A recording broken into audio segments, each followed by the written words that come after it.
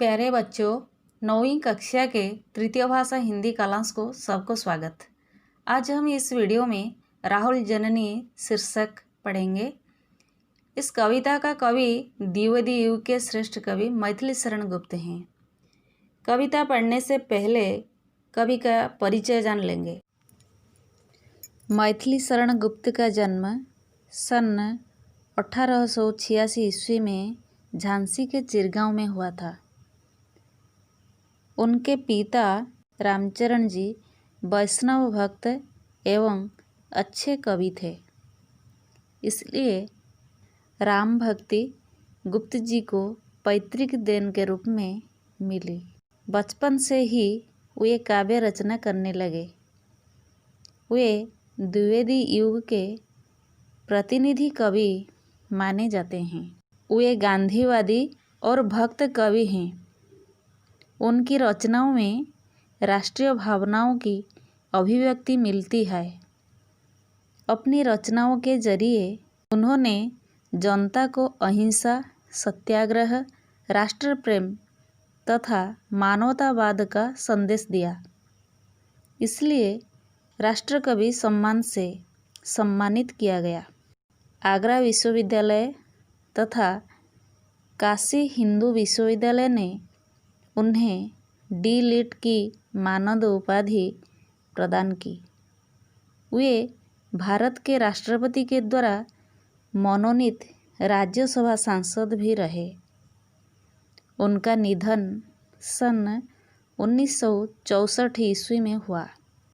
उनकी प्रमुख काव्य रचनाएं ये हैं: जयद्रथ वध, भारत भारती, पंचवटी, साकेत, यशोधरा, द्वापर, जय भारत, विष्णुप्रिया आदि। भावबोध।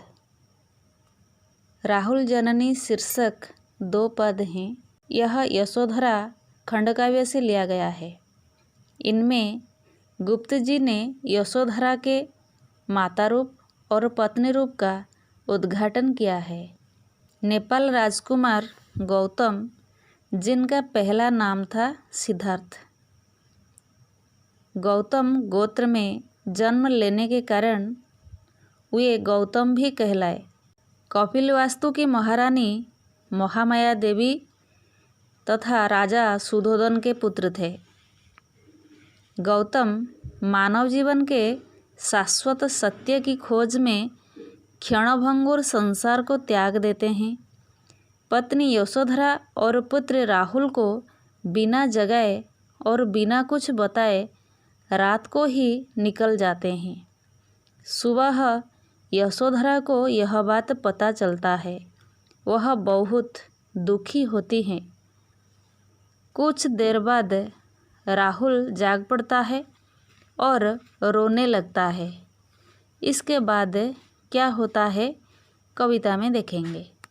किताब देखो। चुप रह हाय अभागे, रोता है अब किसके आगे। तुझे देख पाता ये रोता, मुझे छोड़ जाते क्यों सोता। अब क्या होगा तब कुछ होता, सोकर हम खोकर ही जागे। चुप रह हाय अभागे। यशोधरा अपने पुत्र राहुल को चुप कराती है। बोलती है, रे अभागे, तू अब क्यों रो रहा है, चुप हो जा। उनके जाते वक्त तू अगर रोता तो वे मुझे सोते छोड़कर क्यों चले जाते। हम दोनों ने तो सोकर उन्हें खो दिया। अब रोने से क्या फ़ायदा। बेटा मैं तो हूँ रोने को, तेरे सारे मल धोने को। हंस तू है सब कुछ होने को, भाग्य आएंगे फिर भी भागे। चुप रह हाय अभागे। तुझको खीर पिलाकर लूँगी, नयन नीर ही उनको दूँगी, पर क्या पक्षपातिनी होंगी। मैंने अपने सब रस त्यागे। चुप रह हाय अभागे।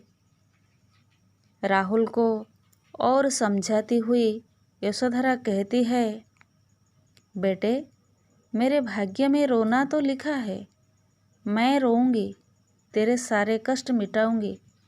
तू क्यों रोता है? तू हंसा कर। हमारे जीवन में जो कुछ आएगा उसे सहना ही पड़ेगा।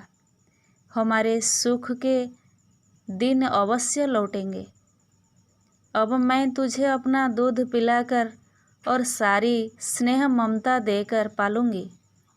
तेरे पिता के लिए आंसू बहाऊंगी।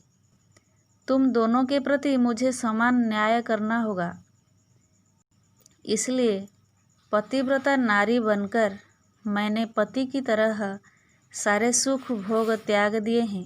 चेरी भी वह आज कहाँ, कल थी जो रानी, दानी प्रभु ने दिया उसे क्यों मन यह मानी।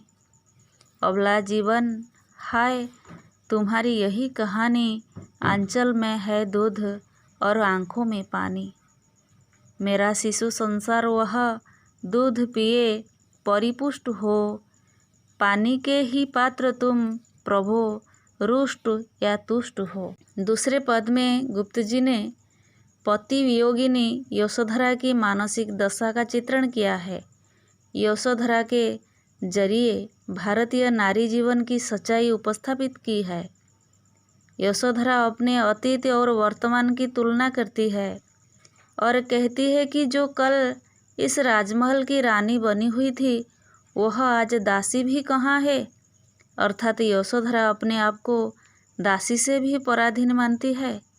नारी जीवन की यही वास्तविकता है कि आंखों में आंसू भरकर भी दूसरों के लिए कर्तव्य का संपादन करती चले। अंत में यशोधरा कहती है, हे मेरे शिशु संसार राहुल, तू मेरा दूध पीकर पलता चल, और हे मेरे प्रभु पतिदेव, तुम तो मेरे आंसू के पात्र हो, इसे तुम स्वीकार करो। बच्चों, अभी इस विषय का क्लिष्ट शब्द और इसका अर्थ देखेंगे। अभागे भाग्यहीन, मल धोने को, दुख मिटाने को, खीर दूध, नयन नीर आंसू या दुख, पक्षपातिनी किसी एक का समर्थन करने वाली, रस सुख आराम, चेरी नौकरानी दासी, अबला कमजोर या दुर्बल स्त्री, परिपुष्ट हृष्टपुष्ट, रुष्ट नाराज कुपित, तुष्ट खुश संतुष्ट। बच्चों, इस वीडियो को देखना और समझना, किताब को अच्छी तरह पढ़ना। आज हम यहीं पर रखेंगे।